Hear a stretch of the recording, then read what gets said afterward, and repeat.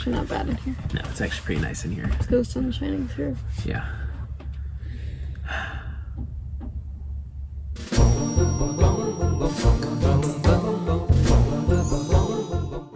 We're gonna talk about how to do Florida in a bus-friendly way, a short bus-friendly way. If you have a big rig and you're planning on going to Florida, probably this is not the guide that you want to be doing.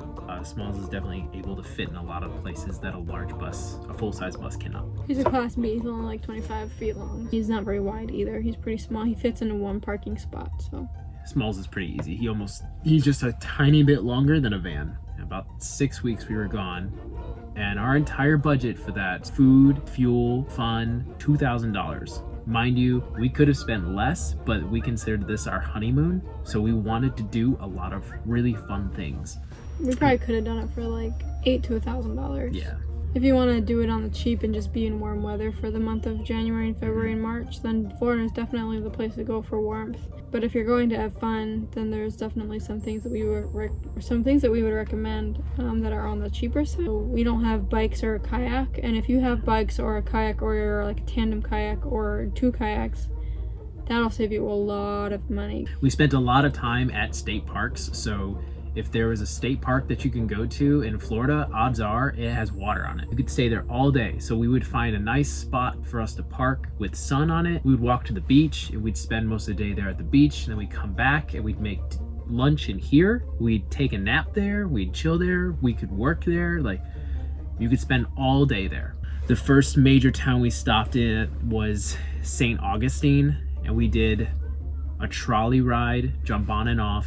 2 tickets. We got their earliest trolley that went out at 9 a.m. 2-day passes for $100. 2-day ticket for the trolley. It's a hop on, hop off trolley, and you get 3 museums with that price of $100. If you want to like, oh no, we're gonna save money, we're gonna drive into St. Augustine, you can, but you're still gonna pay for parking. There's also a place you can go swimming with dolphins in St. Augustine. There's a lighthouse you can go see. There's so much to do in St. Augustine. There's a fort you can go look at. Yeah, which is another museum you gotta pay to get into, but it didn't really interest us. So we decided to just not do the fort.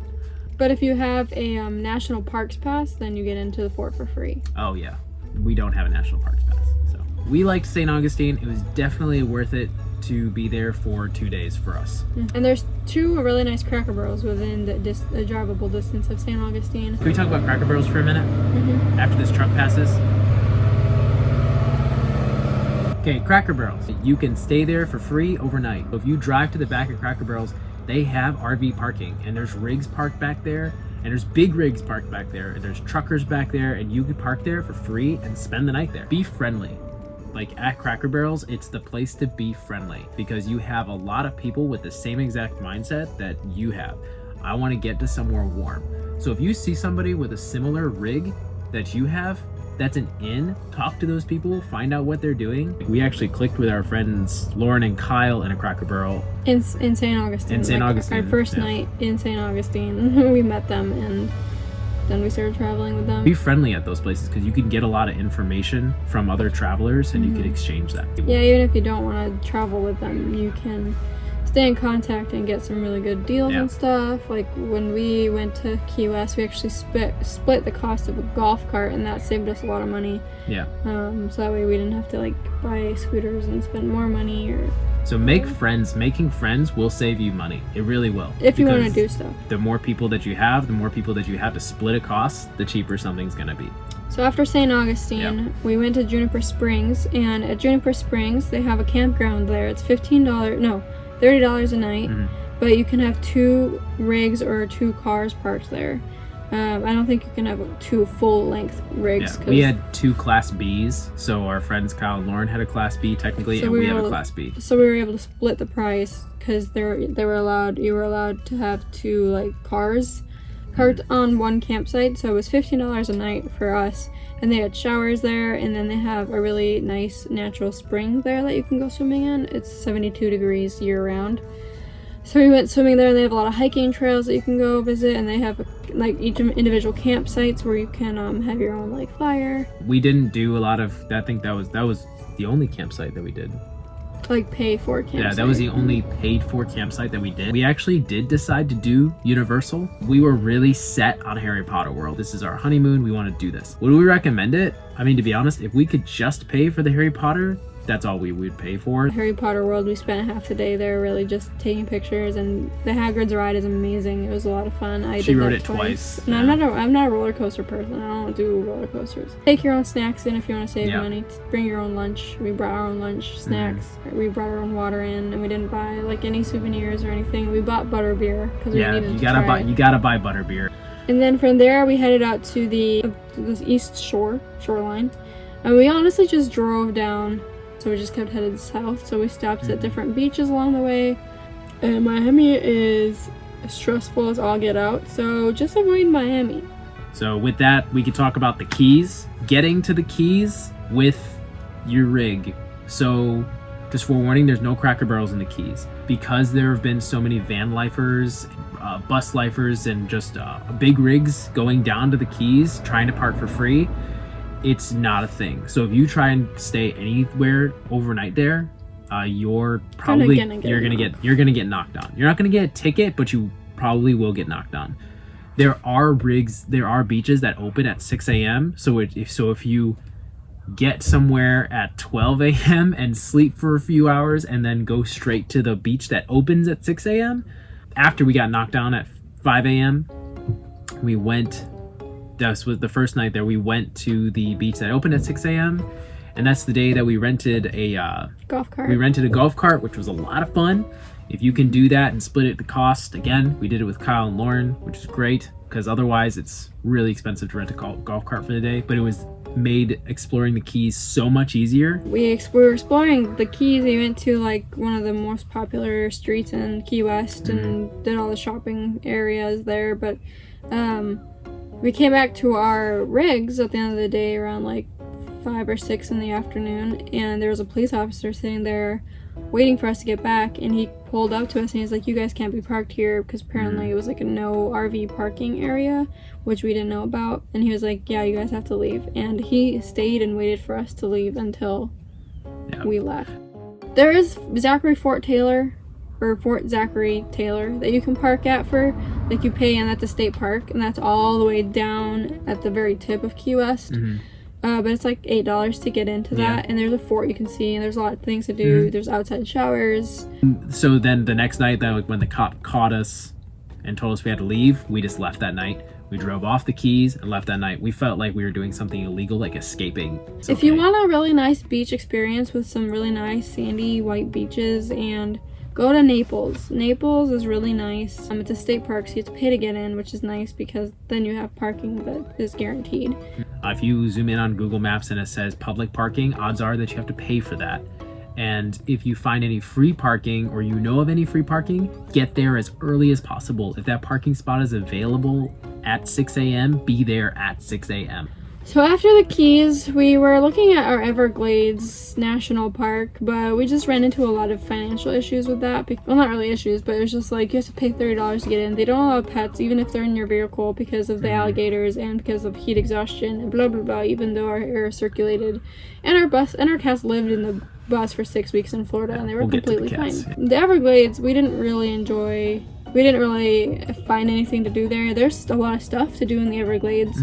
If you want to pay an arm and a leg to do it, but we just decided not to. It wasn't really on top of our priority list of things to pay for, so we just didn't do that. So we drove through the Everglades, and we stopped at a Cracker Barrel north of Naples a little bit. Well, it was kind of in Naples, just north of Naples. We stayed there for, I think, 2 nights, you and I did, and then Kyle and Julia ended up going to... Kyle and Lauren. If you're gonna do a city, your best bet is to do it and like pay for day parking, and then just walk the city and then get back. So then you can do a city, but just know that if you park at a city, you're gonna spend money at a city. If you want to be more rural, you're gonna spend less money. We did Sandoval Island, and that's where we stayed on the water. Yeah, so we went all the way to Sandoval Island, and we found out that we were gonna have to pay $5 an hour, and it was super congested. So because we were crossing over all these bridges, and as you cross over bridges, there's these tiny like little They're called causeways. Yeah, they're called causeways. Causeways.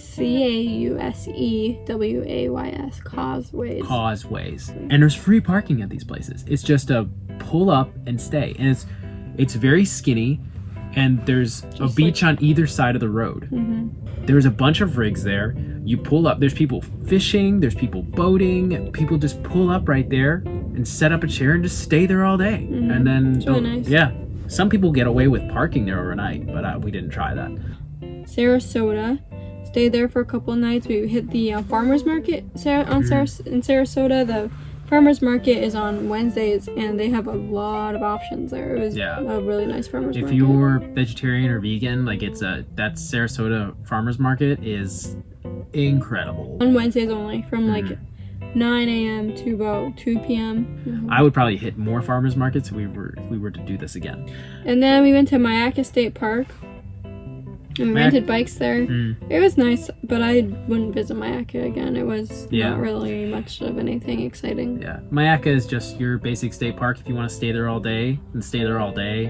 I think it was $8 to get in. If you have your own kayak, then you can go kayaking there. If you have your own bike, you can bike there. It's a really nice place to go biking and just chill for the day. Just about at every state park, you can rent a bike, but it ends up being like $20 a bike. So we could have done that at every state park, and no, it would have been ridiculous. So then after Myakka State Park, then we actually went up to Bradenton, which is like there's nothing really there. But we just visited some friends there for a couple of days. We did there's another beach. If you have friends living in Florida, contact them. They can give you a lot of, if you've never been to Florida before, contact those friends that live in Florida. They could probably give you, if they can't give you a place to stay, they could probably give you a lot of information. And then Luke and I went into St. Petersburg. St. Petersburg is pretty cool. And we loved St. Petersburg. I loved St. Petersburg. It was. It's a really cool little town. Lots of very artsy. We did coffee. the Arts District. Yeah, we did the Arts District. Rented some scooters for. It was only $8 to get. It was like a 30-minute walk back to our car, and we were exhausted at the end of the day, so we just got a scooter. We both hopped onto one scooter, and it's very doable if you're small like us. And we hopped onto one scooter. It was $8 to get us 30 minutes across town. So yeah, which was totally worth it because, like she said, we were exhausted after walking St. Petersburg all day. Something temple. There's another that was a free park. Yeah, we went to a free. Felipe Park. It's Tocobaga Temple Mound is where we went, and we stayed there for a couple hours before heading to Lutz. Then from Lutz we went up to Crystal River, and that's where we did our swimming with manatee. Your wife tried to call a manatee earlier. She was sitting here and go. I actually burped into my snorkel. I didn't think it was gonna vibrate that loud. Like when I sneezed and it farted out the side. Yeah. And there we swam with manatees with Bree and Jake, our other friends that own the drone, that you've seen in our videos on Instagram. So we swam with manatees, and that was a really fun experience. I really enjoyed that. Yeah, you could do a tour. We didn't, apparently there's sometimes you'll see a bunch of manatees, sometimes you'll see no manatees, and sometimes you'll see one or two. When we got out of the water and we borrowed our friend's inflatable kayak, we took the kayak out, we saw triple that just for free floating at Hunter's Park. A couple of things if you do go swimming with manatees for free or for the $5, a couple of things to keep in mind. Manatees hate splashing, so don't splash and they'll come to you. They love their belly scratched, but if they are continuously flipping over for you to scratch their bellies, it usually means they're gonna poop soon. So beware of that. Just treat them like a cat. They're very skittish. They decide when they want to be touched, and then when they're done being pet, they'll leave. One of our favorite things that we did on this trip was kayaking Silver Springs. Water is absolutely clear. You can see the bottom even when it gets 30-40 feet deep in that river. It's kind of scary, still see it. Actually. So Silver Springs is definitely known for their monkeys. Definitely worth it. You saw monkeys, manatees, we saw deer, you see lots of turtles, fish. Lots of different exotic birds, crocodiles. We saw, no, not Yeah, we did. Alligators. Sorry, alligator. It was one of the cheaper things you could do for a couple. It was to rent a tandem kayak. It was only $55 for 4 hours, and you can kayak that river. If you're like going kayaking, like you're actually going ham with paddling, it's like you can get through it in like 2.5 hours. Yeah. But we got through it with literally just sitting in our kayak and paddling Little bits at a time. tiny little bits at a time. The river took us the rest of the way down to where our stop was. We took our time. We took pictures. We made sure we stopped at, when we saw monkeys, we stopped there for a long time. Like 15-20 minutes. Yeah, we stayed there, and then like we saw manatees, we'd slow down to stay where the manatees were. Yeah, and we still had 45 minutes to spare when we got back to. When we got back, we still had plenty of time. Very cheap. Take lunch, take snacks with you, wear a swimming suit, wear a hat, sunscreen, whatever. It was a lot of fun. We loved kayaking Silver Springs. And then from there, we went up to a free campsite at like a government campsite area. We stayed there for 3 nights. It was free.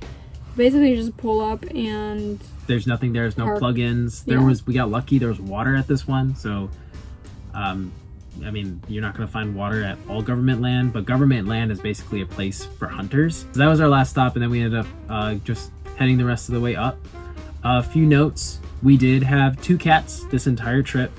Our litter is in a job box underneath the bus, and that's how and so it's like accessible from the outside, and we were able to clean it out just fine. The biggest thing I would say with doing this entire trip in a camper and not going insane is get into a routine. So like our routine would be get up, clean the bus, make breakfast if you're gonna get it, or just get the bus ready as fast as possible, and we're headed out. Fuel question. So this entire trip we spent, actually I budgeted, out of our budget, we budgeted out of the $2,000, we budgeted $500 of that for fuel, and we actually only ended up spending about $4.20 or something like that. And we're in a Duramax diesel, and gas is a little bit more expensive than normal gas stuff. Also, to make sure that you're not backtracking a lot, because if you're going a lot of like north and south, north and south, north and south constantly, then you're eating up gas. So make sure that if you want to map out what you're doing before you go,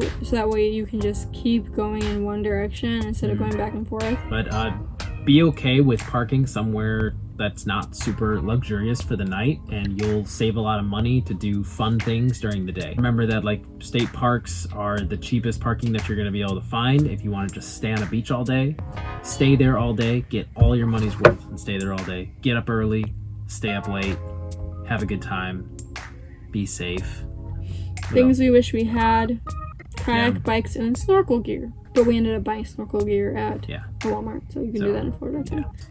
Definitely, if we were to do it again, I would honestly just do the Gulf side. There's not really a lot on the Atlantic side to like at least pull us. If you're a big city person and you like lots of touristy things, then the Atlantic side is definitely very, I would say, more family friendly. If you're doing this in like, if you're shopping hotels, the Atlantic side is great. If you're in a rig and you want to do this cheap and you want to stay on the beach and you just want to be chill, the Gulf side. And then the Keys, not worth it. Not worth it. It's very touristy. Very touristy, very congested. And not a lot of nice people, not a lot to do. If you just want to go there just to say you went there, totally do it. Went there to say we went there. Smalls made it to the Keys. Thanks for watching, guys. Really appreciate everybody's support and everybody's excitement. Stay tuned for next week. We'll have more, supposedly.